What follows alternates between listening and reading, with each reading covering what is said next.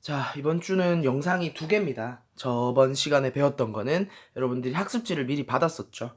그래서 학습지를 보면서 확인하는 차원에서 보충 설명하는 차원에서 했던 영상이라면 이번 영상이 실제로 진도 나가는 영상입니다. 교과서로는 192쪽에 다양한 문화권에서 문화가 뭔지, 문화권이 뭔지, 또 각 문화권마다의 대표적인 특징이 뭔지만 간단하게 볼 건데, 그 전에 제가 이 바로 전 영상을 설명하다가 빼먹은 게 있어요. 정신이 없어서. 이전 영상에서 우리 이 사회보험과 공공부조 설명했었죠. 사회복지제도에서. 여기에서 추가 설명을 좀 할 게 필요한 것 같아요. 뭐냐면 사회보험 중에서도 국민연금 있죠. 국민연금. 내가 젊었을 때 돈을 내고 이 젊었을 때 돈을 낸 돈을 바탕으로 나이가 들어서 노인이 됐을 때 소득이 없을 때 이걸 매달 받는 제도가 국민연금이잖아요. 이 국민연금 제도와 관련해서 요즘 이슈가 되는 게 있어. 문제점이 좀 드러나기 시작했어요. 그거에 대해서 좀 이야기하고 싶어. 국민연금이 어떻게 돌아가는 거냐면 내가 지금 젊었을 때 소득이 발생해서 국민연금을 내면은 이 돈이 그대로 쌓여서 그대로 이렇게 봐봐. 국민연금이 있어. 그러면 내가 국민연금을 내잖아. 요게 그대로 어디 통장에 돈 넣듯이 그대로 모여 있다가 내가 나이가 들고 늙으면 그게 그대로 나한테 오는 게 아니에요. 이게 아니야. 내가 젊었을 때 낸 돈이 그대로 나에게 저장되어서 들어오는 게 아니고요. 이 시스템이 아니라 이렇게 가는 거야. 내가 지금 젊었을 때 이 소득이 발생해서 국민연금을 내잖아요. 그러면 이 돈이 지금 젊은 나와 같은 시대에 사는 누군가의 노인에게 간다는 거야.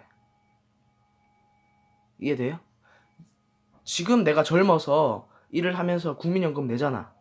이건 그대로 지금 시대에 내가 아닌 누군가의 노인에게 간다는 거예요. 그러면 내가 늙었을 때, 내가 노인이 됐을 때 국민연금은 누가 내는 거야? 그치? 내가 이 노인인 시대와 동시대를 사는 누군가가 낸 국민연금으로 내가 연금을 받는다는 거예요. 이런 시스템이야. 이런 시스템일 경우에 문제가 될 수 있어요. 무슨 문제가 될 수 있냐? 봐봐. 알고 있는 사람은 알겠지만 젊은 사람의 수와 그러니까 노인의 수가 비슷하거나 같을 경우는 문제가 없어요. 왜? 젊은 사람 한 사람 치에 국민연금을 내는 모습이잖아요. 그지? 한 사람이 낸 걸로 한 사람이 받는다. 이런 느낌이 되니까 부담이 없어. 국민연금을 내는 사람 입장에서는. 근데 만약에 미안해요. 오징어 같은데 사람이에요. 사람입니다. 오징어 아닙니다. 이 젊은 사람의 수가 나이 든 사람, 노인에 비해서 현저히 적다면 어떻게 될까요? 국민연금을 낼 때 상당히 부담스러울 거예요. 왜냐하면 이 한 사람이 낸 국민연금으로 여러 사람의 노인이 국민연금을 받아야 되는 입장이기 때문에 부담스러울 수밖에 없습니다. 결국 돈을 많이 내게 된다는 거예요. 아니면 이 노인들이 받는 돈이 적어진다거나. 근데 실제로 그것이 일어날 예정일 것 같아요. 왜냐하면 최근에 무슨 일이 벌어집니까, 우리나라? 인구가 감소할 것으로 예상되죠. 저출산과 또 이 노년층이 수명이 증가하면서 이 노인들은 증가하고 젊은이들은 줄어드는 이 현상이 발생하고 이로 인해서 국민연금의 문제점이 드러나는 거죠. 그래서 뭐 여러분들 세대 같은 경우는 나중에 국민연금을 못 받을 수도 있다라는 이야기가 나올 정도로, 그래서 이거를 좀 해결해 보기 위해서 국가에서는 뭐 국민연금을 내는 돈을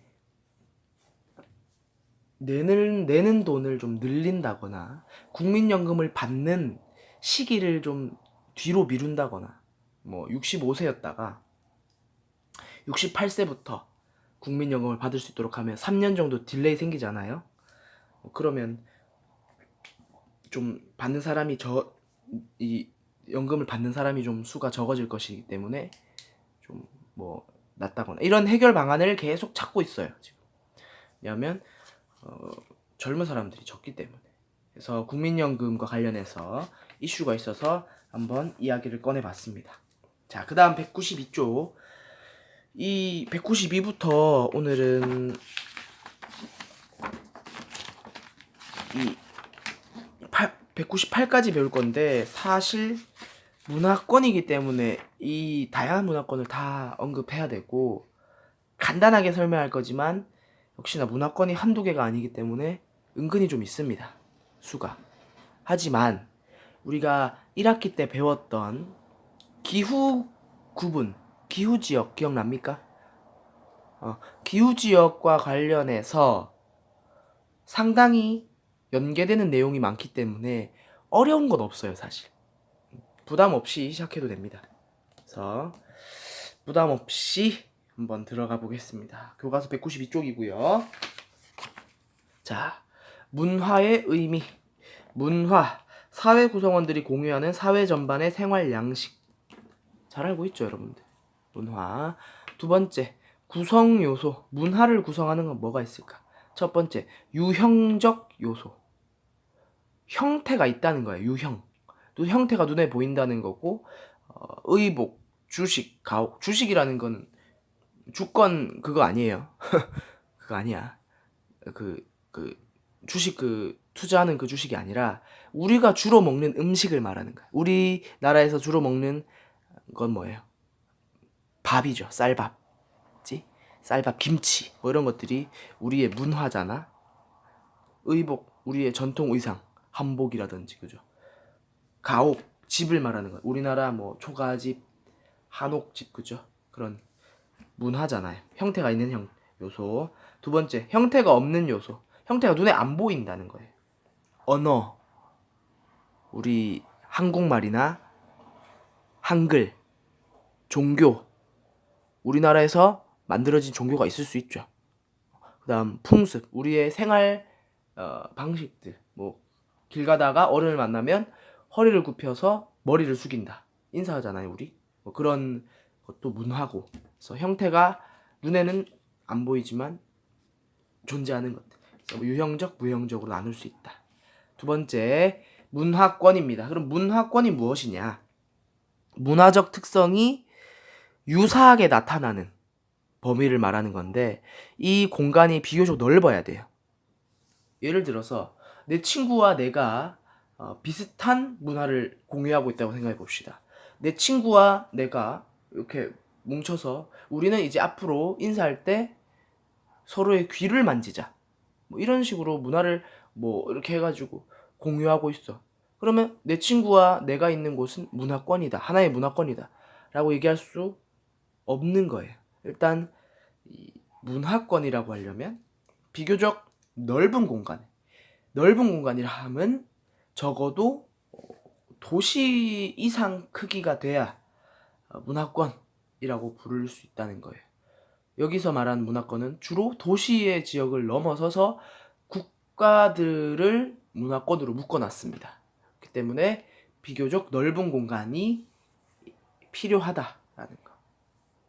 내 친구와 내가 만난 요 조만한 공간 가지고는 문화권이라고 부를 수 없다. 두 번째, 형성 요인. 문화권을 형성하는 요인으로는 첫 번째가 자연환경, 두 번째가 인문환경입니다. 자연적으로 기후나 지형에 따라서 사람들이 살아가는 방식이 다르죠. 우리 기후 구분에 대해서 배울 때 배웠잖아. 그래서 문화가 달라질 수가 있고, 인문환경, 사람들이 일을 하는 산업이나 사람들이 믿는 종교에 따라서 행동이나 먹는 거나 입는 옷이 달라질 수가 있죠. 문화가. 그래서 인문환경도 문화권을 형성하는 요인 중에 하나입니다. 자, 192쪽에 문화와 문화권 내용을 배웠고요. 이제 각각의 문화권을 하나씩 볼 건데 그 전에 영상을 하나 끊고 갈게요. 좀 숨을 돌리기 위해서. 자, 여기서 한번 끊고 갑니다.